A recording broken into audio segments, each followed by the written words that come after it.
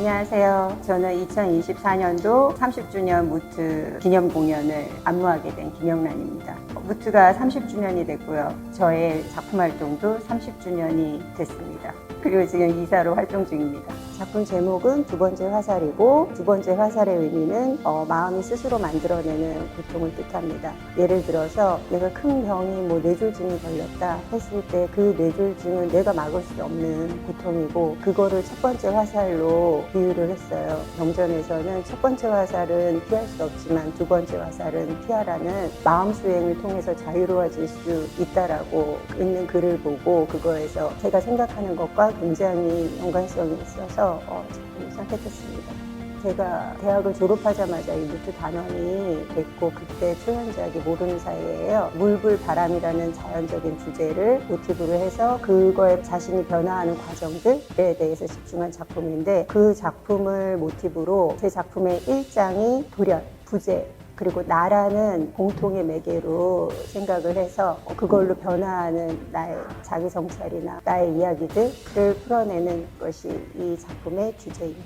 첫 번째 주제 선택에서는 무용을 계속하면서 무용에 대한 오래된 질문을 찾다 보니까 이 자바 환경을 접하게 됐어요. 오래된 질문이라는 거는 내가 이렇게 무용을 하는 것이 맞는지. 저희 무용단의 큰 사건이 저희 교수님이 돌아가시고, 그냥 교수님만 바라보고 달렸던 제 인생이 마라토너가 무슨 트랙이 없어진 듯한 느낌? 나에 대한 오래된 질문을 생각하면서 자바 환경이라는 이 가르침을 접하게 됐고, 첫 번째 화살, 두 번째 화살, 이 의미는 어떤 의미일까 더 깊이 생각해 보게 됐습니다. 3-1장에 제가 숲길을 표현을 했는데, 그거는 선택에 대한 의미인데, 로버트 프로스트의 시 가지 않는 길이라는 데에서 숲의 길이 갈라져 있고 나는 그 중에 덜 밟힌 길을 택했고, 그것이 모든 차이를 만들었다라는 글귀를 보고, 인생은 항상 선택을 하지만 그걸로 변화되거나 남들과의 차이지는 거는 스스로 헤쳐나가고 긍정적으로 설계를 해서 나가야 된다라는 생각에 3-1장을 안무하였습니다. 스토리로 얘기를 하자면 돌연으로 예기치 못한 사건들이 일어나고, 거기에서 충격, 죽음, 두려움 이런 거에 대한 표현, 그리고 두 번째 부제는 멈춰서서 주변을 바라보고 세상은 돌아가고 있는데 나만 혼자 서 있는 그 부제를 표현을 하였고, 3장에서는 숲길에 대한 그런 선택에 대한 것과 그 다음에 나를 공격하는 이 경전에 5개의 화살이 나와요. 탐욕, 성냄, 어리석음, 자만, 사견의 화살들, 나와 함께 갈 수 있게끔, 살 수 있게끔, 이런 거를 겪지 않고 사는 사람은 없을 것 같아요. 이것과 어떻게 어우러지게 내 인생을 살아가는지에 대해서 스스로 나를 만나는, 그게 3장이고요. 그리고 4장은 감당할 수 없는 이런 화살들을 마음 수행을 통해서 스스로 자유로워질 수 있는 거를 표현을 하는 건데, 제가 여기에서 관전 포인트라고 한다면 2장에 모르는 사이에 그 부분이 내가 동경했던, 내가 가장 열심히 춤을 췄었던 그 순간들을 표현을 하는 게 과거를 회상하는 거를 안무자인 제가 무용수를 통해서 들여다보고, 그리고 무용수들이 제가 추는 거를 보면서 자기 과거의 어떤 리즈 시절을 바라볼 수 있는 이런 컨셉으로 어떻게 하면 살릴 수 있을까 많은 고민을 했는데, 이 방법으로 선택을 해서 표현을 해보려고 합니다. 앞서 말씀드린 것과 같이 세상에는 예기치 못한 일들이 너무 많이 벌어지잖아요. 이전에 코로나도 그렇고, 저희가 겪었던 교수님의 부재에 대한 충격들이나, 누구든 한 번은 감당할 수 없는 아픔들이 있다라고 생각을 해요. 그 아픔들이 우리의 의지로는 막을 수 없고, 그것과 함께 내가 내 앞길을 긍정적으로 살아나갈 수 있는 해법을 제 나름의 해석으로 춤으로 제시해 드린다. 그래서 약간 작품을 보면서 이런 깨끗해지는 마음의 수나 그런 거를 제시하는 개념으로 작품을 안무하였습니다. 안녕하세요. 저는 무트 댄스 막내 단원 최시울입니다. 저는 21g이라는 제목의 솔로 작품을 맡게 되었는데요. 저의 영혼을 담은 작품이라고 소개할 수 있을 것 같습니다. 사람이 죽으면 사망과 동시에 21g이라는 무게가 빠진다는 이야기가 있는데요. 사람들은 보통 그 무게를 영혼의 무게라고 지칭을 한다고 합니다. 그래서 저는 그 소재가 되게 재밌다고 생각해서 그 소재를 살려서 한번 저에게도 영혼이 있다라는 얘기를 담아서 작품을 만들어 보았고요. 그래서 자유롭고 싶은 영혼이 몸에 매여 있다라는 컨셉으로 안무를 하게 되었습니다. 그래서 그 영혼을 가시화하기 위해서 떠오르는 성질을 가진 헬륨 풍선을 소품으로 쓰게 되었습니다. 우선 아까 말씀드렸던 것처럼 저는 그 영혼의 무게에 대한 이야기를 한 온라인 매거진에서 이야기를 접하게 되었는데요. 그래서 그걸 보고 또 다른 기사를 한번 더 찾아보고 소재를 좀 더 흥미롭게 바라보게 되었고 이거를 토대로 작품을 만들게 되었습니다. 대비되는 무게의 성질을 저는 조금 관람 포인트로 잡고 싶은데요. 자꾸 떠오르려는 성질을 가진 헬륨 풍선과 자꾸 가라앉는 중력의 영향을 받는 저의 신체 그 두 가지 무게의 차이를 조금 중점으로 두고 관람하시면 그 대비를 어떻게 보시는지에 따라서 재밌게 보실 수 있을 것 같습니다. 각자가 추구하는 자유로운 영혼의 길은 어디인지 또 지금 내가 가고 있는 방향과 그 자유를 추구하는 방향이 맞닿아 있는지를 이 작품을 보면서 함께 고민해 볼 수 있는 시간을 가지시면 좋을 것 같습니다. 안녕하세요. 저는 우지영입니다. 저는 이번 무트댄스 30주년 기념 공연 비무트에서 놓치는 연극이라는 작품을 안무했습니다.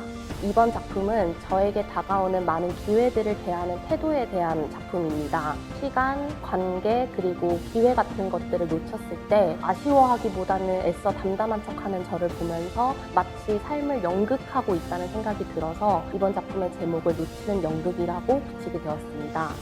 컨셉을 한 단어로 이야기한다면 이번 작품은 일기장을 컨셉으로 뒀어요. 과거에 제가 묵혀뒀던 속마음을 메모로 발견한 것처럼 관객들도 저의 어떤 내밀한 속사정을 마치 일기장을 들여다본 듯한 느낌이 들 수 있도록 구상했습니다. 제가 습관들 중에 제가 느낀 감정들을 짧은 메모로 적어놓는 습관들이 있어요. 그래서 얼마 전에 이제 이런 내용으로 작품을 안무하고 싶다는 생각이 들었을 때 제가 한 21년도쯤 적어놓은 메모장을 발견을 했습니다. 그 메모장의 이제 주제 타이틀은 훈련된 태어남이라는 타이틀이었는데요. 게으름이나 어떤 실수로 인해서 놓쳤을 때 굉장히 아파하고 또 아쉬워하는 그 감정을 솔직하게 표출하지 못하는 자신에 대해서 이것이 마치 훈련받아진 어떤 태어남을 보이는 것 같다라고 적어놓은 메모였어요. 지금의 상황도 그때와 다르지 않다는 생각이 들어서 이 이야기가 관객들에게도 공감될 수 있는 이야기가 아닐까라는 생각을 했고 또 그때와 달리 이번에는 조금 더 해답을 찾은 저의 어떤 실마리를 삶의 태도를 또 관객들이 공감할 수 있도록 그 메시지를 전달하고자 했습니다. 저는 이번 작품에서 무용수 한 명 한 명의 어떤 춤을 보여주려고 많이 노력한 것 같아요. 출연하는 무용수들의 개인적인 어떤 춤의 역량이 굉장히 뛰어나기 때문에 제 작품의 주제를 표현할 수 있는 움직임도 중요하지만 개개인에게 딱 맞는 옷을 입은 듯한 그런 움직임을 하려고 많이 노력한 것 같습니다. 무용수 각자가 춤에 대해서 몰두하는 그 과정 자체가 각자의 속마음 그리고 일기장 같다고 생각을 했기 때문에 관객들이 봤을 때 개개인의 한 명이 다 모여서 폭발적인 에너지를 낼 수 있는 그런 거를 중점을 두고 안무하게 된 것 같습니다. 제가 놓치는 연극을 하던 중 깨달은 해답은 때론 삶은 부서진 덕분에 자란다는 것입니다. 무너진다고 느낄 때 완전히 무너짐으로써 다시 희망의 싹을 찾을 수 있다고 생각해요. 그래서 제가 찾은 해답이 작품에도 녹아서 이제 관객들에게 그 메시지를 전하고 싶습니다. 네, 안녕하세요. 저는 사단법인 무트댄스 정단원 강다연입니다. 작품의 제목은 에덴을 넘어라는 작품이고 현재 삶을 살아가면서 자기 성찰과 목적의식을 탐구하고 표현해내는 그런 아주 추상적이고 그런 작품입니다. 작품 에덴을 넘어는 모든 존재와의 연결성을 깊이 하고 조화를 탐구하는 작품입니다. 우리가 현재 삶을 살아가면서 찾을 수 있는 삶의 목적과 사랑을 그리고 함께 나아가는 길에 대한 메시지를 담고 있는 작품입니다. 제가 너무 바쁜 일상 속에서 제 자신을 놓치고 있다는 점을 인식을 하고 자아를 성찰하는 과정을 가지면서 자연과 함께하는 그런 휴식 시간을 즐겼는데 그때 생각을 차분히 내려놓고 비우면서 제 안에 있는 깊은 울림과 약간 삶의 방향 이런 것들을 인식하고 정리하는 과정 속에서 이 작품을 창작하게 된 것 같습니다. 제 작품은 이상적인 삶에 대한 세계와 생각보다는 현재의 삶에 초점을 맞춰서 느끼는 그런 목적성과 사랑을 하기 위한 그런 여정을 그리는 작품입니다. 이를 통해서 관객들이 작품을 보면서 깊은 세상과의 연결성을 느끼고 더 큰 감사와 사랑을 느꼈으면 좋겠습니다. 네, 안녕하세요. 저는 무트댄스에서 활동하고 있는 김지원입니다. 제가 이번에 하는 작품의 제목은 나의 아갈마라는 작품이고요. 아갈마는 자기 내부에 있는 소중한 어떤 것, 굉장히 추상적이긴 한데 예를 들어 저한테 이 핸드폰이 굉장히 소중한 거잖아요. 근데 또 다른 사람한테는 소중하지 않죠. 그래서 그런 어떠한 물건을 가지고 아니면 어떠한 대체를 가지고 자기가 소중하다고 느끼는 거, 귀중하다고 느끼는 거, 근데 그 모든 것들이 다 상대적인 것이다 보니까 본인만의 것을 자꾸 드러내려고 하는 게 아갈마라고 생각하시면 될 것 같습니다.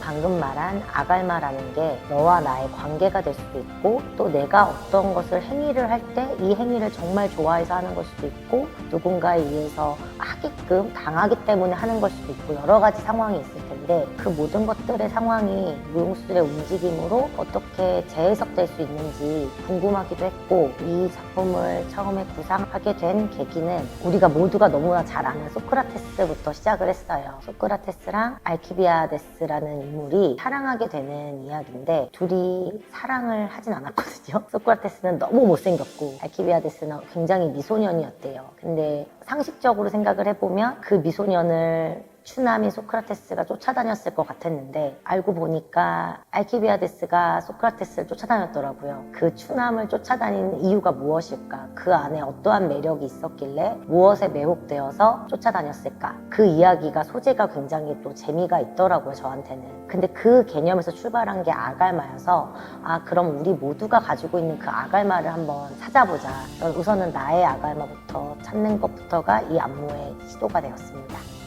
6살짜리 아들이 있어요. 근데 그 아들이 그 베개가 있어야 잠을 자거든요. 지구에 어디를 가도 그 아이는 그 베개가 있어야 잠을 자요. 제가 그게 너무 낡아서 바꾸려고 똑같은 걸 사줄게, 바꿔줄게. 근데 죽어도 싫다 그러더라고요. 아, 이 아이가 지금 이 베개를 굉장히 사랑하는 걸 넘어서서 애착하는데 이게 과연 인간의 어떤 감정에서부터 시작하는 것일까? 왜냐면 아들이 저한테 너무 화를 내더라고요. 이렇게까지 화를 내는 모습을 본 적이 없는데 인간의 가장 본능적인 이 감정은 무엇일까?에서부터 시작하다 보니 소크라테스 이야기도 듣게 되었고 거기서부터 뭔가 작품이 출발이 되었던 것 같아요. 각자 마음속에 자신이 너무너무 귀중하다고 생각하는 오브제나 인물이나 뭔가를 하나를 마음에 품고 작품을 봐주신다면 아, 안무가가 이런 이야기를 하고 싶었던 거구나. 저 사람한테는 저게 가장 귀중하고 소중한 거구나 라고 조금 공유해 주시고 공감해 주시지 않을까 생각합니다. 우리 모두가 다 아갈마가 있어요. 저는 그렇게 믿고 있고 그렇게 생각하고 앞으로도 나의 그런 아갈마와 너의 그런 아갈마를 알아봐 줄 수 있는 그런 세상이라고 하면 너무 광범위하긴 하지만 그런 세계가 되지 않을까라는 생각으로 자신만의 아갈마를 가지고 공연을 봐주시면 좋겠습니다.